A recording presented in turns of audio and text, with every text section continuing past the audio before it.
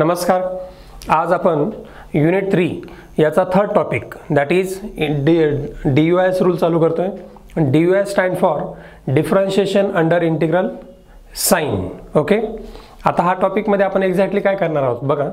समजा एखादं इंटिग्रेशन आहे, काही पण लिमिट असू द्या, 0, 1 किंवा constant, x⁻a log of x upon sin x dx. आता हे इंटिग्रेशन जर सॉल्व करायचं असेल आपल्याला तर हे एवढं सोपं नाही सॉल्व करणं. कारण त्यात न्यूमरेटरला पण प्रोडक्ट आहे, खाली पण टर्म आहे. याचा अर्थ it is very hectic to solve.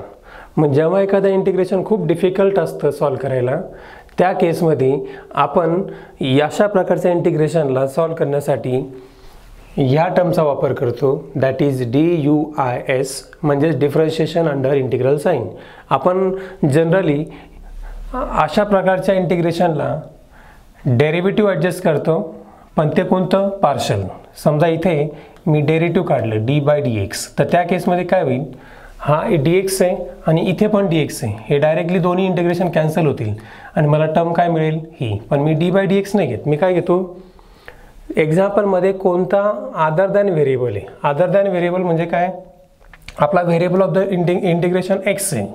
मग variable of the integration x आहे, x सोडून जो दुसरा व्हेरिएबल आहे त्याच्या रिस्पेक्ट आपण डेरिव्हेटिव्ह काढतो दिलेल्या इंटिग्रेशनचं. लाईक सपोज एखादा इंटिग्रेशन आहे 0, 1 e⁻ax sin x upon x. आता या केसमध्ये बघा टोटल 3 टर्म्स आहे. त्यामध्ये एक आहे e, दुसरी आहे साइन आणि तिसरी आहे x. आता याला जर सॉल्व करायचं असेल तर एवढं काही सोपं नाही, कारण न्यूमरेटरला प्रोडक्ट आहे, खाली डिव्हिजन आहे. सो या केसमध्ये व्हेरिएबल जो आहे आपला व्हेरिएबल ऑफ इंटिग्रेशन तो आपला x आहे, बरोबर. मग x सोडून जो दुसरा व्हेरिएबल आहे तो कोण आहे? a. त्या व्हेरिएबलच्या रिस्पेक्टिव्ह आपण डेरिव्हेटिव्ह काढणार, म्हणजेच काय? d/dA. आणि मग हे केल्यानंतर हा जो d/dA तो मध्ये जाणार आणि तो होणार डाबा. म्हणजे बघा बाहेर तो d असतो, जेव्हा इंटिग्रेशनच्या मध्ये जातो तो बनतो डाबा, आणि त्यालाच आपण म्हणतो differentiation under integral sign. Okay, so अशा प्रकारे आपण रूल वापरतो. सी रूल काय सांगतो? रूल नंबर 1, त्यामध्ये पण 2 रूल आहे, रूल 1 आणि रूल 2. तर रूल 1 मध्ये हेडिंग अशी आहे की the limits are constant. Limit जर कॉन्स्टंट असेल म्हणजे काय? कॉन्स्टंट म्हणजे काय? हे जे a b दिले ना हे नंबर असतील, म्हणजे काय? 0 to 1, 0 to π, 0 to इन्फिनिटी, हे नंबर्स आहे. अशा प्रकारच्या लिमिटला आपण काय म्हणतो? कॉन्स्टंट. आणि रूल 2 जो आहे त्या रूलमध्ये काय होईल, इथे जे लिमिट दिलेले असतील ते कॉन्स्टंट नसणार, ते काय असतील? व्हेरिएबल फॉर्ममध्ये असतील. जनरली कोणत्या व्हेरिएबल फॉर्ममध्ये असतील? इथे जो पॅरामीटर व्हेरिएबल आहे त्या फॉर्ममध्ये असतील. ठीक आहे. तर बघा रूल 1 मध्ये काय दिलं आहे? समजा एखादं इंटिग्रेशन आहे, त्या इंटिग्रेशनचं नाव आहे a to b f of x alpha dx, where x is the variable of the integration and alpha is a parameter. आता पॅरामीटर म्हणजे काय? पॅरामीटर म्हणजे the variable other than X. Other than X कोण इथे? Alpha, म्हणजे alpha झाला तुमचा parameter. मग स्टार्टिंगला काय करायचं? दिलेल्या इंटिग्रेशनला नाव द्यायचं. काय नाव द्यायचं? I of alpha, where alpha is the variable other than X. X सोडून जो दुसरा व्हेरिएबल असेल त्याला आपण काय म्हणायचं? अल्फा. ओके, आता अल्फा हा आपला पॅरामीटर आहे आणि एक्स हा व्हेरिएबल आहे. मग त्या केसमध्ये रूल लावायचा म्हणजे काय करायचं? बाहेर घ्यायचा d/d अल्फा, कोणाच्या? इंटिग्रेशनच्या बाहेर. आणि तो d/d अल्फा जेव्हा इंटिग्रेशनच्या मध्ये जाईल तेव्हा त्या d/d अल्फाचा काय होतो? डाबा अल्फा, म्हणजेच काय? पार्शल. बघा बाहेर डेरिव्हेटिव्ह होता, तो आतमध्ये गेला, पार्शल झाला. सो यालाच म्हणतात DUIS रूल 1. ओके,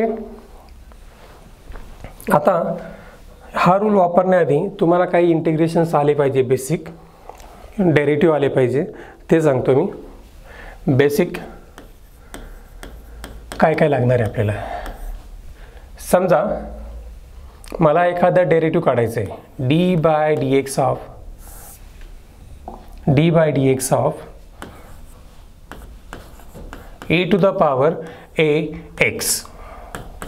आता बघा इथे मला डेरिव्हेटिव्ह विथ रिस्पेक्ट टू काय काढायचं आहे, एक्स.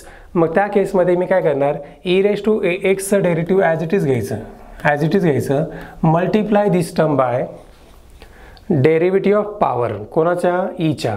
मग ईच्या पॉवरचा डेरिव्हेटिव्ह घेत असताना एक लक्षात ठेवायचं का ए इंटू एक्स याचं डेरिव्हेटिव्ह हे विथ रिस्पेक्ट टू मी काय घेणार आहे, एक्स. तो त्या केसमध्ये ए कॉन्स्टंट तसाच आणि एक्सचं डेरिव्हेटिव्ह 1, म्हणजे त्याचा डेरिव्हेटिव्ह काय झालं मग a e raise to a x. Okay. Similarly जर मी ह्याच टर्मचा डेरिव्हेटिव्ह काढणार आहे d by D x of e to the power, sorry ह्या केसमध्ये आता मी डी बाय डी ए काढतो, d by d a of e raise to a x.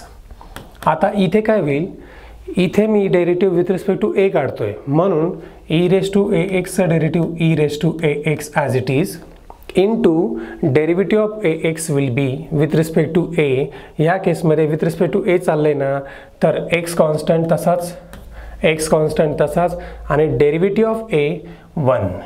लक्षात घ्या इथे विथ रिस्पेक्ट टू ए चाललंय म्हणून मी पॉवरचा डेरिव्हेटिव्ह काढताना एक्सला काय ट्रीट करतो, constant. X will be constant as it is आणि derivative of a will be 1.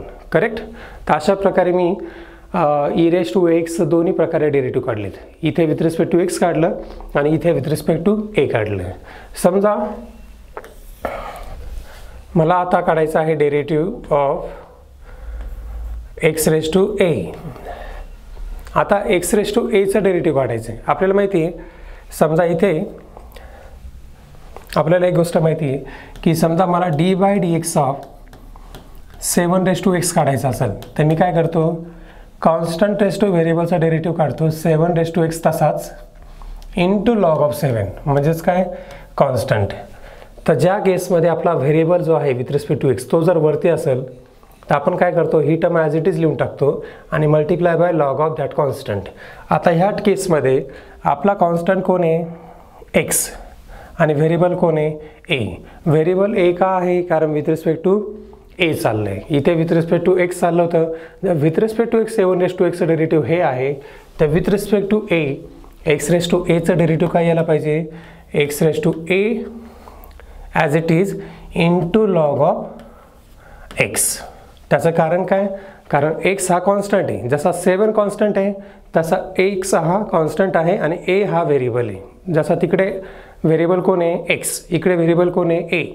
तर बघा दोघं कम्पेअर करा, लक्षात येईल 7चा जो रोल आहे तो कोणी केला आहे, एक्सने.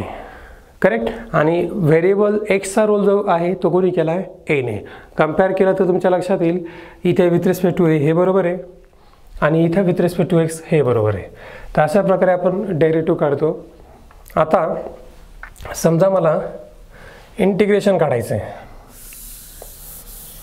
इंटिग्रेशन काढताना बघा जनरली एकच रूल लागणार आहे आपल्याला, maximum x raise to n. X raise to एनचा फॉर्म्युला असतो x raise to n plus 1 upon n plus 1. म्हणजे काय, पॉवरमध्ये एक ॲड करायचा आणि तीच टर्म खाली लिहायची. समजा मला एक्स रेज टू एनच्या जागी एक्स रेज टू ए काढायचा आहे, मग एक्स रेज टू एला सुद्धा तोच फॉर्म्युला वापरणार मी. काय, पॉवरमध्ये एक ॲड करा आणि तीच टर्म खाली लिहा, that is X raise to A plus 1 divided by A plus 1. कळलं. म्हणजे काय, पॉवर जी काही असेल त्या पॉवरमध्ये एक ॲड करायचा आणि तोच टर्म खाली लिहायचा. अशा प्रकारे आपल्याला काही बेसिक डेरिव्हेटिव्ह आणि इंटिग्रेशन लागतील. आता बाकीचे इंटिग्रेशन आणि डेरिव्हेटिव्ह आपण एक्झाम्पलमध्येच बघू.